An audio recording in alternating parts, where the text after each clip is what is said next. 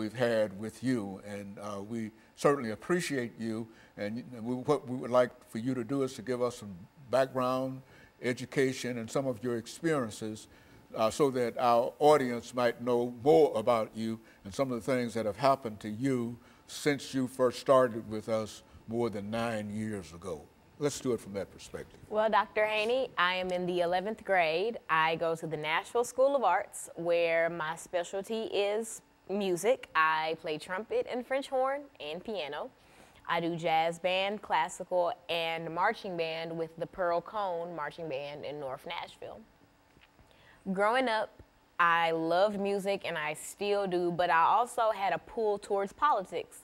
I've always enjoyed learning why our government is set up the way that it is and why laws are established in the process that we go through to get said laws established. And I've always wanted to have a say-so in things, and so my dream is to be a political commentator.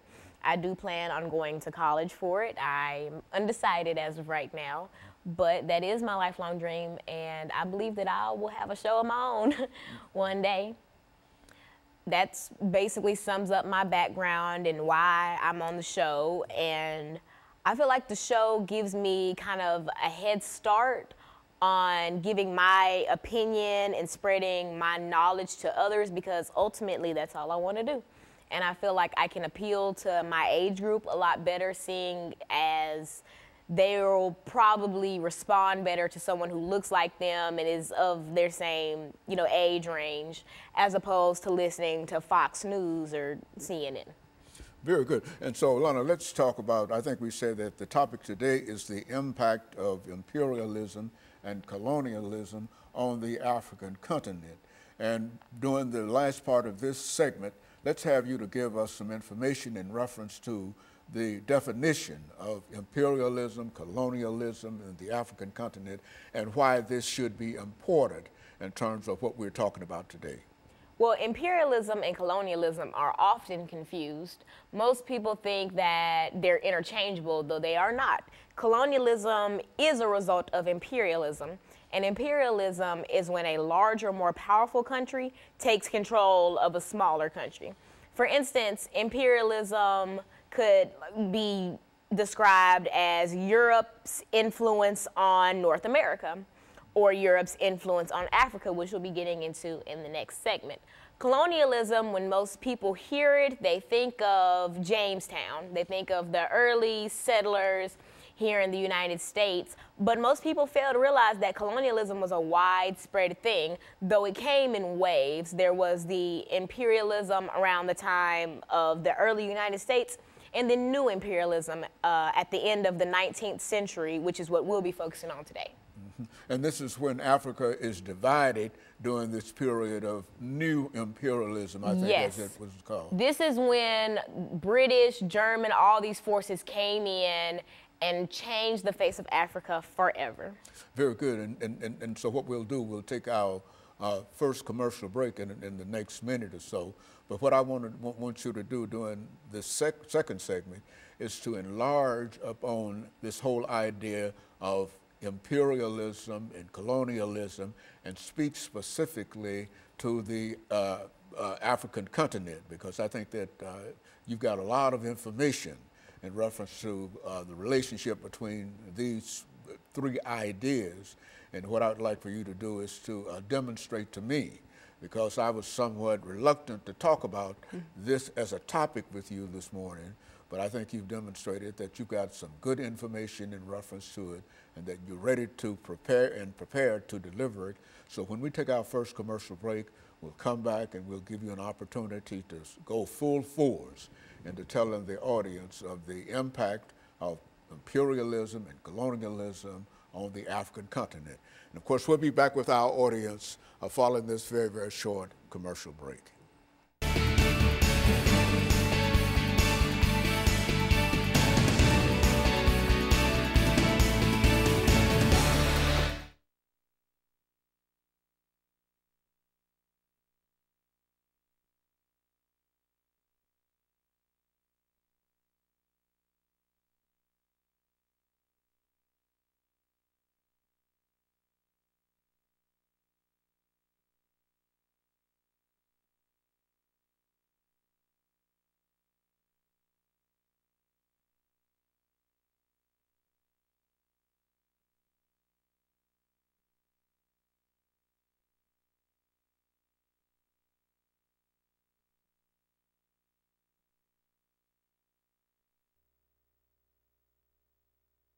back to the second segment of the show for today, and then we'll talk about the impact of imperialism and colonialism on the African continent. And then we can get into it. We'll have 8 minutes to do. This is going to be 8, right? Yeah, and then 10. Then 10 minutes to do the second.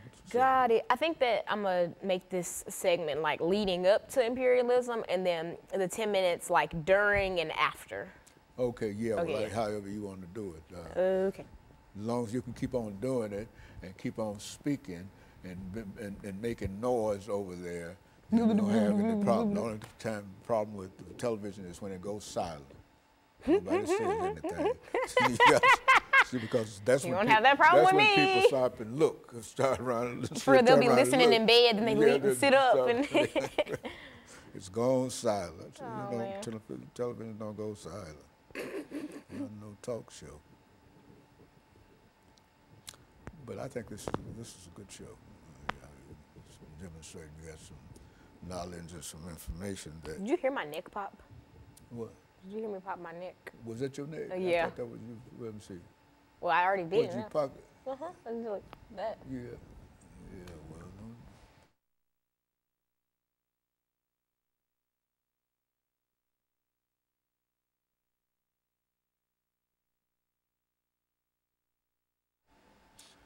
Thank you and welcome back to the second segment of the show for today. We're talking to Alana McLaughlin, and she's giving us some information in reference to the impact of imperialism and colonialism on the African continent. And so, Alana, let's take this second segment to become involved with what we mean when we say what kind of impacts are we talking about and what were the consequences of all of this activity and et cetera. Speak from that perspective. To fully understand the effects of colonialism and imperialism in Africa, we must study what imperialism and colonialism is and what made it unique to what happened to Africa. So in the last segment, I talked about how imperialism and colonialism are not interchangeable, though most people believe that they are. In imperialism, the Webster definition for imperialism is when a larger country takes control of a smaller country because they're less powerful. And whatever the mother country does is up to the mother country. And we see that in effects in like early colonial United States, Jamestown, etc. But what happened to Africa is much different than what happened in North America because the United States ended up becoming an empire. We see during this new imperialism period, the late 19th century to the early 20th, in the United States around this time, we were experiencing the Industrial Revolution. America was on a high. We were bringing in lots of money. There was new waves of immigration. Things were on the up and up for most Americans, but in Africa, things were totally different. The scramble for Africa is the term coined to describe how European countries were fighting and scrambling to carve out Africa and to make it into new colonies so that they could have power in Africa and so that Africa could feed their greed. Now, the scramble for Africa had 3 different categories that all made it come together. The first was economic. Now, like I mentioned, the Industrial Revolution was going on during this time period, and not just in America, but also in Europe.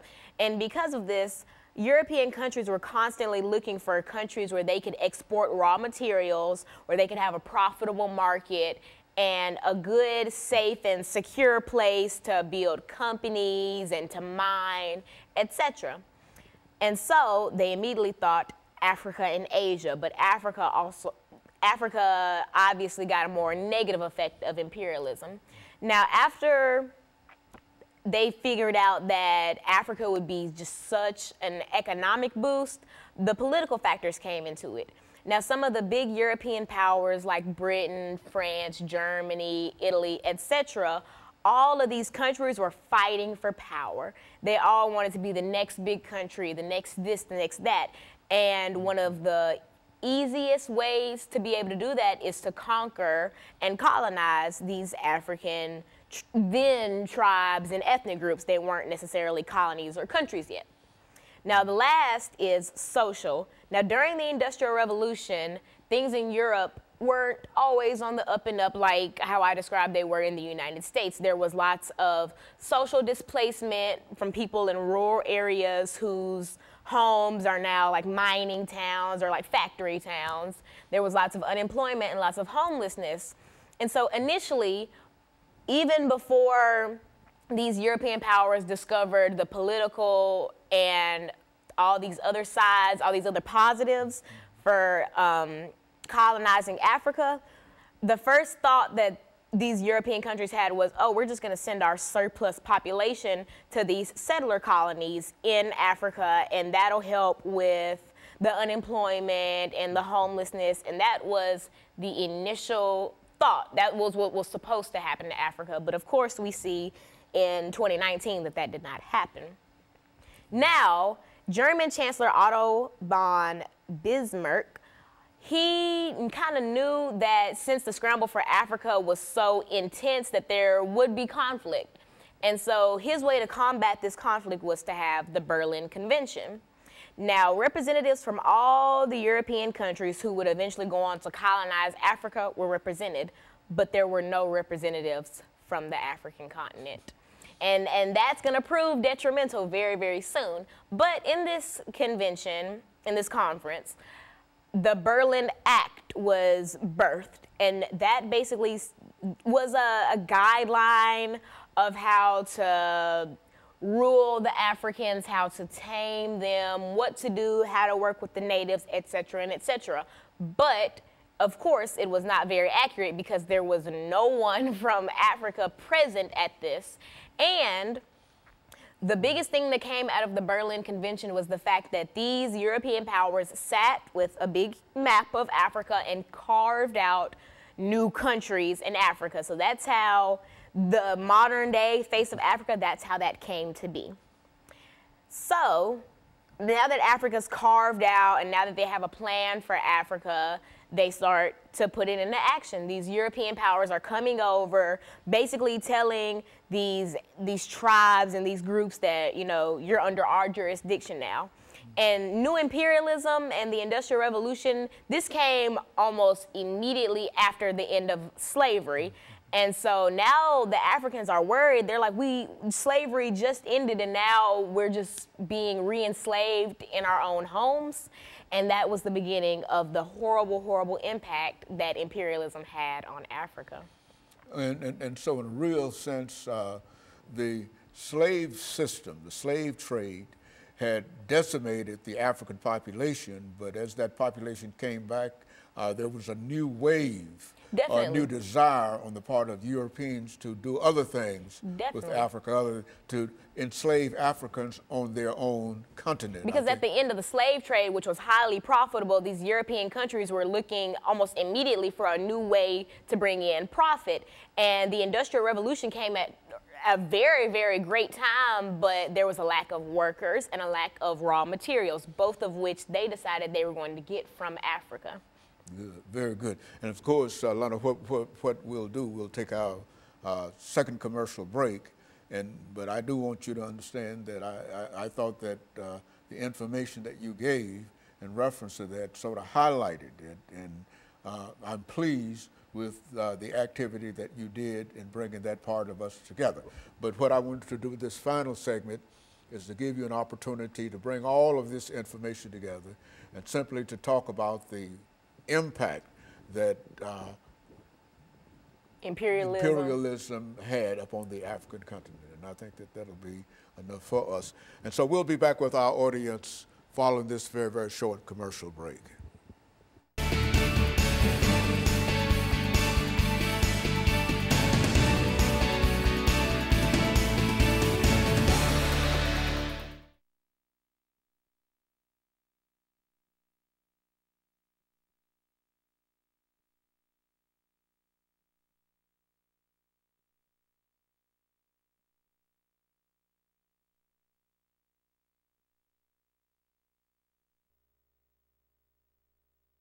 Because sometimes I don't have anything to say in reference to it.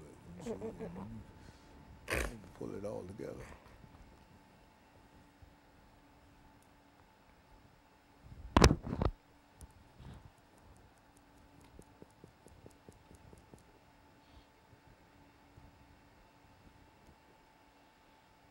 Now, what the next show is for Walker? Walker, is that Walker? What time do you think we'll be done? Around 2? Around 2:30 or somewhere. I gotta be at the church at 5, so we'll come home and then go back.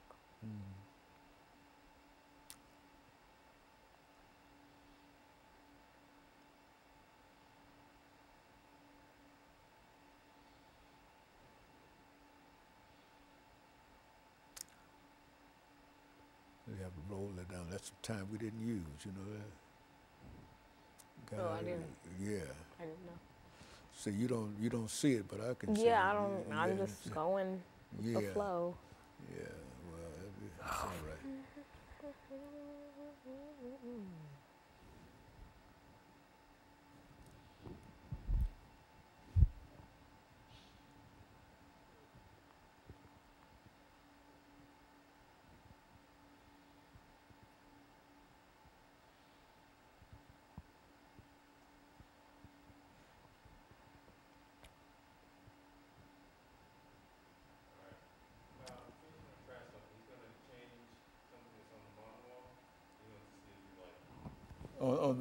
On the wall? Yes. Okay. You like that more? Is it gonna say we'll be right back? Like, this is not the original? No. Okay, so you know how we were having the problem that big thing was kind of cut off? Well, he just put another one up there. And so now you can see the full comments with Dr. James Haney. So do you want to keep that? Yeah, let's keep that. Yeah, let's keep that. Okay, this is the last segment, 10 minutes.